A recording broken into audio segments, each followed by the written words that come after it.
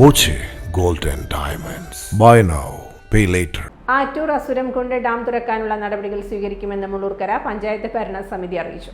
വനം വകുപ്പിനും irrigation വകുപ്പിനെയും ഏകോപിപ്പിച്ച് dam വിനോദ സഞ്ചാരികൾക്കായി തുറക്കും.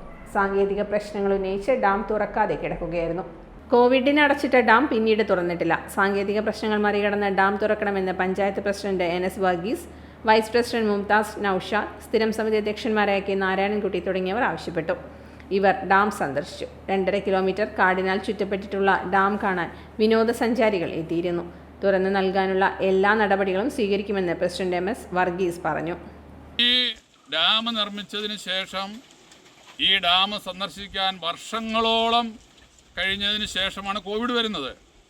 അതിനു മുമ്പൊന്നും ഫോറസ്റ്റ് ഡിപ്പാർട്ട്മെൻറ്റ് ഇത്തരത്തിലൊരു തടസ്സവാദം ഇവിടെ ഉന്നയിച്ചിട്ടില്ല, തടസ്സവാദം പറഞ്ഞിട്ടില്ല. അന്നൊക്കെ യാതൊരു ബുദ്ധിമുട്ടും കൂടാതെ ഈ റോഡ് പൊതുജനങ്ങൾ ഉപയോഗിച്ചിരുന്നു. ഈ ഡാം കാണാനും ഡാമിൽ വരാനും ഇതിന് പൊതുജനങ്ങൾ ഉപയോഗിച്ചിരുന്നു. ഞങ്ങളിപ്പോൾ time kids pre school, Mannannur road, Vaniyamkulam. Dot view news. കാഴ്ചകളാണ് ലോകം, കണ്ടു തുടങ്ങുക.